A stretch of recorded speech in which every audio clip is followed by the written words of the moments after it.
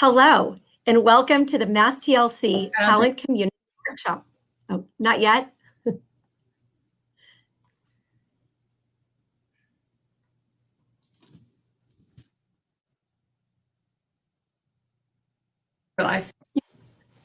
Okay. Hello, and welcome to the MassTLC Talent Community Workshop, Strategies to Reimagine Your Workforce. My name is Nayla Daly, MassTLC Growth and Talent Programs Manager. This is the first of 3 programs we want to offer you and your team. The next one will focus on talent acquisition and recruitment during this time, with the final one on workforce operations and the future of work. More information to come. First, thank you to our talent community sponsors, ASAP, Hired, and Talent Retriever. And thank you to our global sponsors. Because of them, we are able to have programs like this. Well, I'd like to take a moment and let you know about this very important thing. Many of you may have heard that we launched earlier this month, the MassTLC Tech Compact for Social Justice. It is underwritten by Akamai and PTC. All companies that have signed on are listed on our website, and we are inviting those who are not a part of the Tech Compact to join us. If you have any questions or want to talk more in detail, please let me know. Another program I'd like to talk to you about is something that MassTLC and Bentley are partnering to bring you and your team an inclusive leadership development for your managers in the tech sector. We are looking for people who have 5 to 7 years of experience. Please note that sponsorship opportunities are available, and we'd love to have you involved. Here is our agenda for the next 2 hours. The main stage is where you will access the content and the panels. And I want to say a little bit about the speed networking. We're going to have a little break where you can opt to step away from your desk, or you can join the speed networking. This is where you click the networking icon on the left-hand toolbar. You'll be prompted to enable your audio and video, and you'll have 4-minute conversations randomly matched. You can click connect to talk or leave to leave. Now, it is my privilege to introduce Chevy Cleaves. He is the Chief Diversity and Inclusion Officer at MIT Labs. He is a 4-time CDIO working in higher ed, industry, government, and R&D. He has led high-profile initiatives across national and the international landscape. Chevy has worked with large government and private sector organizations, increasing collaboration, innovation, and productivity. I am happy to present him to you. Thank you very much, Nayla. I'm very happy to be with everyone. This is such a great opportunity, and I'm looking forward to communicating a lot to you this morning. The idea is that I want to share certain things with you that we're talking about inside of Lincoln Laboratory, and hopefully they'll be interesting and useful to you. The idea is not that you have to absorb everything today. My information will be with Nayla if you'd like to get with her so that we can follow up and talk more at length, perhaps separately from this occasion. Let me share with you just a story to kick us off. In my first career, I was in the Air Force, and I was an instructor pilot and a strategist. My favorite airplane was a supersonic aircraft, the T-38 Talon. I was an instructor pilot really through much of my career. And one of the things that's very interesting about high performance and even aircraft that are just high technology aircraft is that test pilots will often be chronicled in history. Who did the greatest thing, who went the fastest, who went the highest, who pulled the most G-forces, all these kinds of things. In studying to prepare throughout my time, I would continue to see one name that was always popping up. Jackie Cochran was always the guy who was taking the aircraft to its limits. And I just thought it was amazing. And on one particular day, as I was looking at yet another record that was set, the name came up. And if we can go to the next slide, it was Jacqueline Cochran. And it really shocked me. If we can go to the next slide, please. it really shocked me because I had built this picture in my mind of a guy, and frankly, this is a message to me, and I think a message to you. Let's not assume that we know the image or the package that talent comes in. On this day, you see her in the top left, she had just set a record going over 1,300 miles an hour in the aircraft that she's standing next to. And so she set the new world record, and that previous world record was actually also set by a woman. And you see her at the bottom right, that's the aircraft that she set the records in where I learned about her. So I just thought that she was amazing, but it's a good lesson to all of us. Next slide. All right, as I mentioned, there's a lot to share with you, and I'm going to skim through it so that we can, frankly, provide a foundation for a conversation that hopefully we can continue as we go forward. Next slide.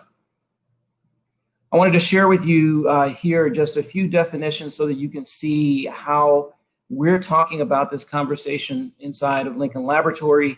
I find that this is necessary, right, so that you make sure that you're having the same conversation and not one that's separate from what you thought you were having. As you look at the definition of inclusion in particular, you see where it talks about people being able to perform to their potential without having to navigate artificial barriers. This is very important, but an example here would be if the promotion criteria is that you had a certain number of years of experience versus the command of certain competencies, right? That would be an artificial barrier that doesn't really speak to being the kind of meritocracy that most organizations say they want to be. All right, next slide. There are things here that we're not going to talk through, but frankly, these are the kinds of things that I expect my office and that I work personally with leaders so that they can develop a fluency around. This is not the kind of thing that I expect leaders to be able to speak about and at any length at the beginning, but frankly, that's part of the goal so that when you're doing a one-to-one, whether you're maybe at lunch or you're at the bar, whatever it might be, that you have increasing command over these next two slides. This one talks about what we're not talking about, right? So when you're going to have people come up and say, well, I don't understand why we're doing this, then you should be able to say, well, if it's one of these things, it's not this, and here's why it's not, right? Next slide. Here are a series of things that we work with leaders to help them to understand this is actually what we're talking about. In fact, if you're not talking about these things, then I would maintain that you're not talking about diversity and inclusion, certainly not at a higher level. What we'll come back to today, if only briefly, is the third bullet down there about requirements and not being caught in a focus on tradition or preference. Next slide.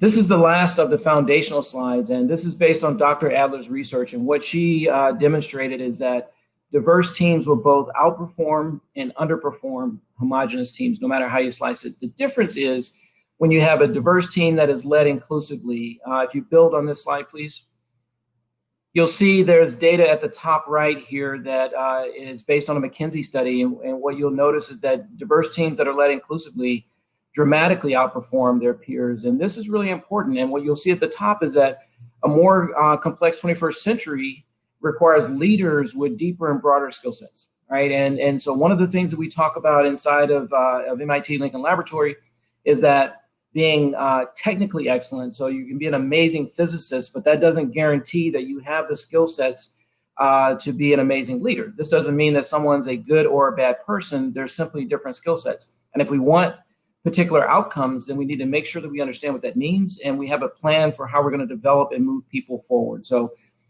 this is a more involved conversation, certainly, but this is critical for the foundation of what we were trying to address today. I wanted to share that with you. If we can go on to the next slide, there are certain critical success factors that I want to share with you as well. Bill, please, our next slide, please. So there's a lot to talk about on this slide that we're not going to get into today, but this should be at the foundation, from my perspective at least, if you want to be successful in a sustainable way as it relates to diversity and inclusion. If the top leadership in your organization is not prepared to be accountable, whether that is in the succession planning process or in compensation, et cetera, then I maintain that you cannot be successful over the long term, not with higher level diversity and inclusion, right?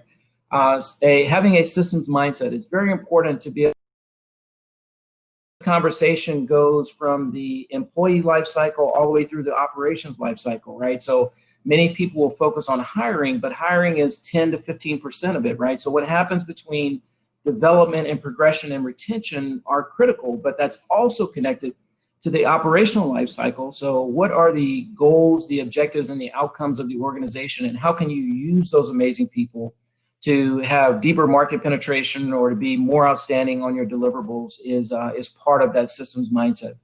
Strategic communications to make sure that we're talking about the same thing and that the messages that come from higher level leaders are understood and you're able to create synergy around them as those messages go throughout the organization. And the final piece here is this is not a resource neutral conversation. Certainly, if you're just getting started or you're just getting committed, whatever that might be, there are resources that are required to be successful here. And you see some of the examples there at the bottom.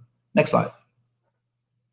The next two slides, I'm just going to share with you some examples of hallmarks. This is not an exhaustive list. You could think about this as signposts, right? So if we're en route to D&I success, these are the kinds of measures that you're going to have in place that will tell you that you're being directionally correct in trying to create and sustain success. I'll just talk about just one or two of these. So it's been my experience. I've actually been a Chief Diversity and Inclusion Officer twice where I was working for the CHRO and twice where I was working for the CEO or equivalent out of the C-suite.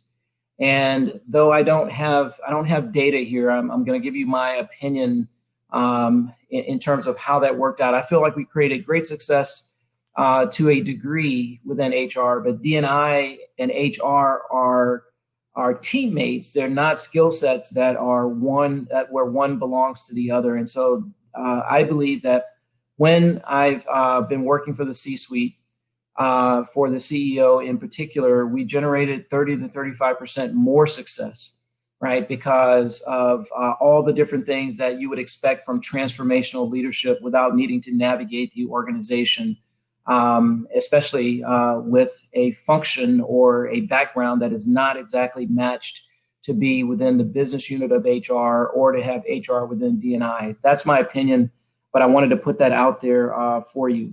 A couple of other things here. Having a D&I council is going to be critical for you. That's part of governance. And so it's important to have that established.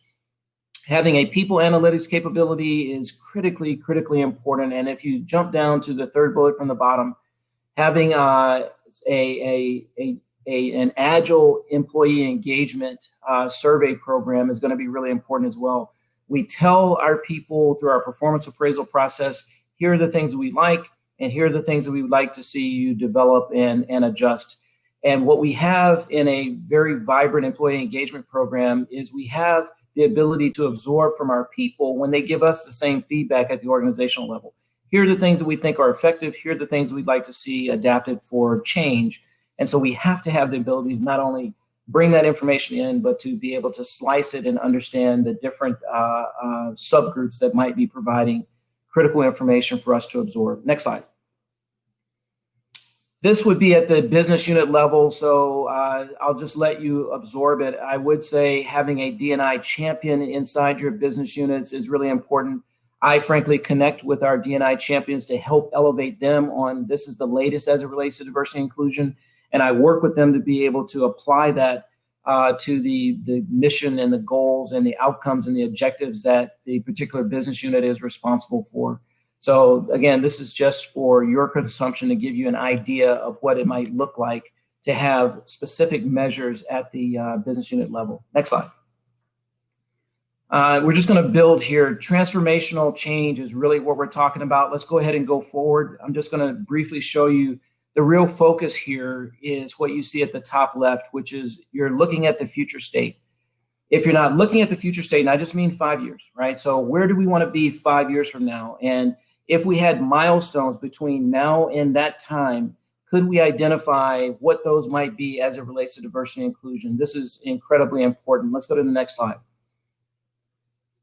This is incredibly important because you need to understand what it's going to take to be able to create success, and then also what some of the barriers are that you would need to be able to address to be able to ensure that you don't have something that inadvertently interrupts your success, or something that you should be planning for but you've not fully anticipated. These things that you see here are examples, and frankly, if you've been a successful organization already, it's even more important to be honest with ourselves about these particular barriers. Let's go to the next slide, please. What I want to share with you here, I'm not going to talk you through. I just want you to be able to see some of the things that I talk to leaders about. Here are things that you can personally do, right? These are steps that you should be able to personally take ownership over to be able to create success for your organization. This is true for anything, right? So anything that's new, that's transformational, we might need to stretch ourselves as leaders. And so this is just to give us a snapshot of what this might look like. And again, I'm happy to talk offline and give you some of the messages that I share with our leaders inside of MIT Lincoln Laboratory for what I would expect from them as it relates to diversity and inclusion and transformation and their role in helping us to be successful as an organization. What I want to show you now is just a short video, just a little over a minute long, to help us to drive really a final point. And that is, let's assume that we all understand what's going to be critical here in this conversation. There still may be leadership opportunity for us because not everybody's going to get it. So we're going to have to lead the way. Mackenzie, if you can go ahead and play the video, that would be great.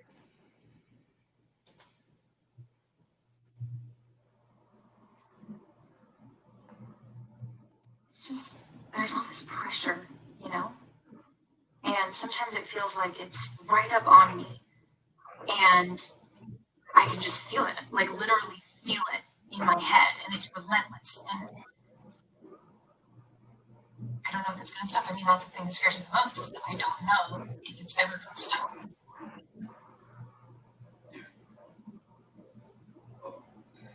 Did you have in your head?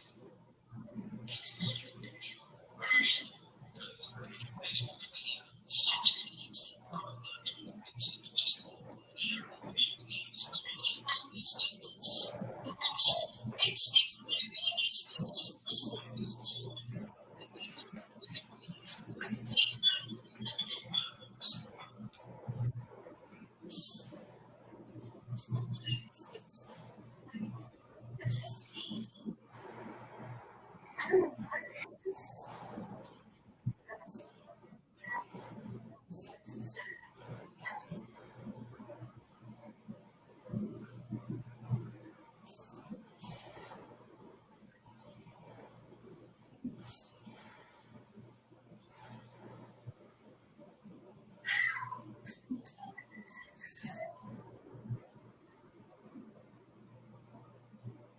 So go to the last slide, please. Thank you.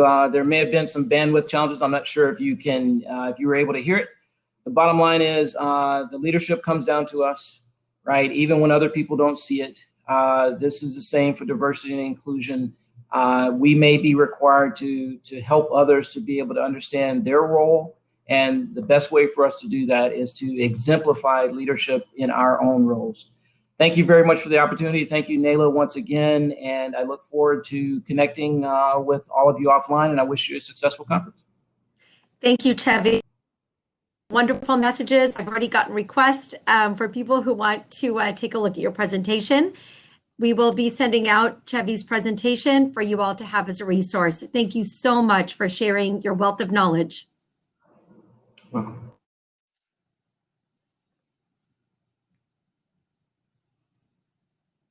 Well, as we prepare to bring you session one, I would like to, and we may need a few minutes. This is where we're kind of doing a balance of bringing our session one from the backstage to the front stage.